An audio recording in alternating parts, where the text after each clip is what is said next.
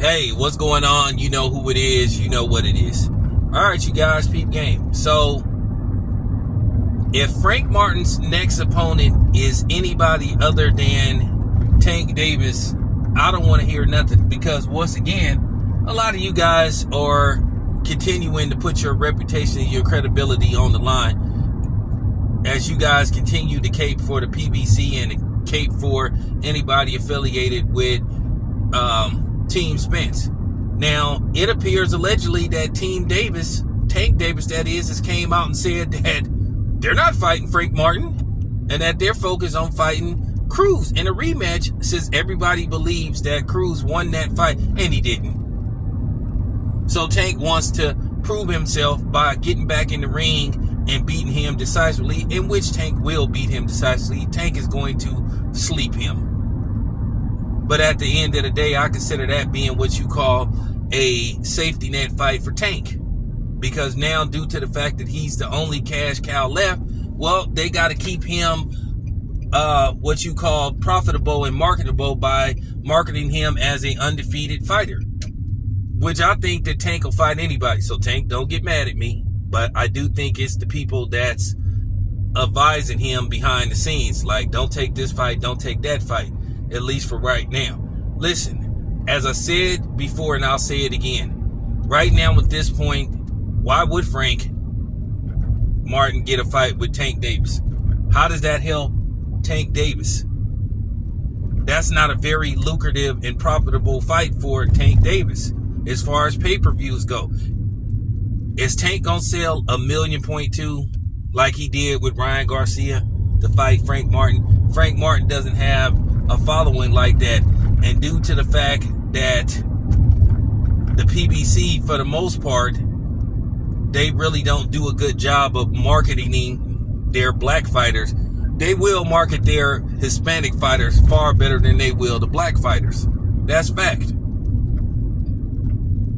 And that's why they continue to promote these fights with these black and brown or black and Hispanic, primarily, Hispanic fighters. And they do a little bit more as far as pay-per-view buys due to the fact that they have Hispanic origin, whether they're the lighter complexion or the darker complexion.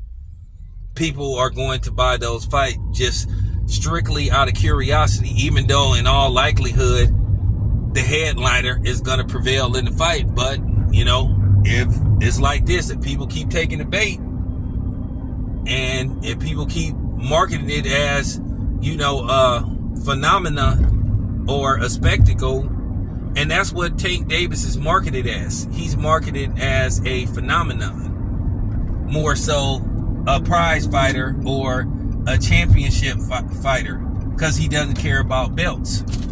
It's more about him being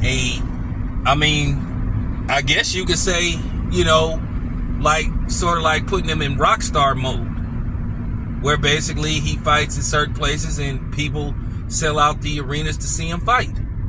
So I give him credit with doing that with Tank, but the problem is they don't do that with the other fighters. Can we keep it real? We know that a Tank Davis Frank Martin fight isn't gonna do jack shit on pay-per-view. We would be lucky if that fight sold 150,000 pay-per-views, and we know in all likelihood it wouldn't. But then they would hike up the numbers and say that it did around 300, 400, 500,000, and that's because of Tank's popularity. Look, can we keep it real on here? But I guess not.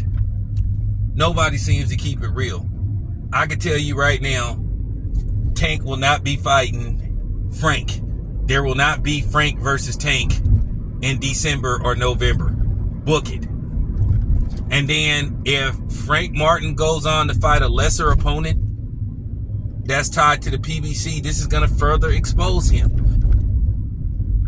And I promise you, he ain't going to get no $1 million for it. And I promise you, he won't be fighting in no arena. He'll be fighting in a ballroom again. At the end of the day, you guys can listen to these bullshit, narrative pushing boxing content creators and listen to their lies. And they listen, I know a lot of them can talk good and it sounds good the way they present it to you, because a lot of them do a lot of fast talking and it sounds good, and the way they present it, you buy into it because it looks buyable the way they present it to you. But at the same time, it's a lie. It's the same way a car salesman gets you to buy a lemon.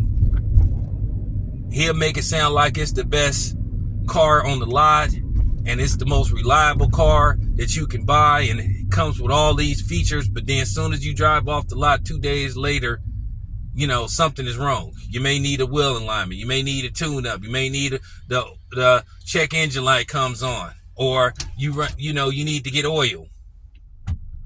Just keep it at a buck. That's what they do. You know, at the end of the day, for the last 6-7 years, the PBC has came across as a car lot that's making it look like they're selling you luxury brand cars with all the trimmings and the fixings. But to a certain degree, they've been selling you defect cars.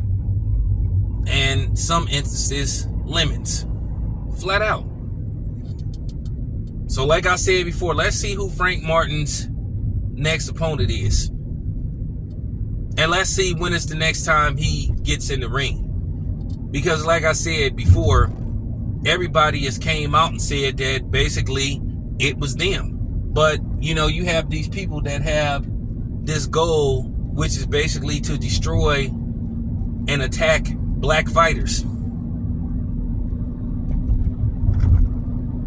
But they claim to be so pro-black. But their mission statement is to destroy and basically attack the reputation of anybody that's not aligned with possibly the PBC, or they don't have access to build up another fighter.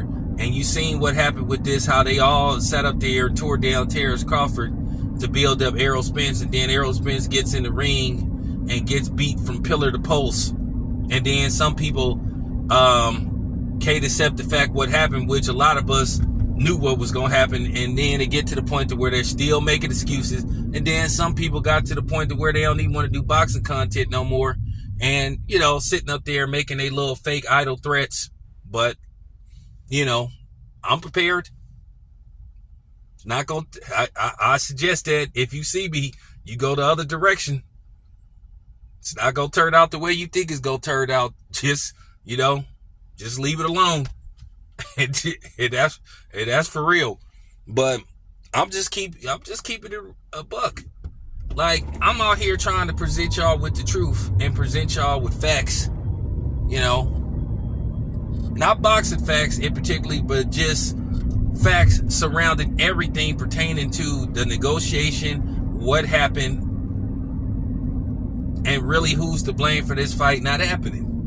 But as I said before, you have a lot of these narrative pushers that want to present certain bullshit to their, you know what I'm saying, naive fan base. And I'm going to say this once again, there wasn't no $8 million offer for Shakur Stevenson to fight Devin Haney. I know that for a fact.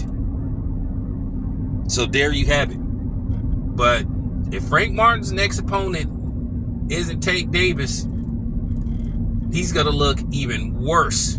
He already looking bad pulling out of the fight. After turning down a very lucrative payday that some people felt that he didn't deserve. So that's all I have to say for right now. But anyway, it's your boy Town. I'm out.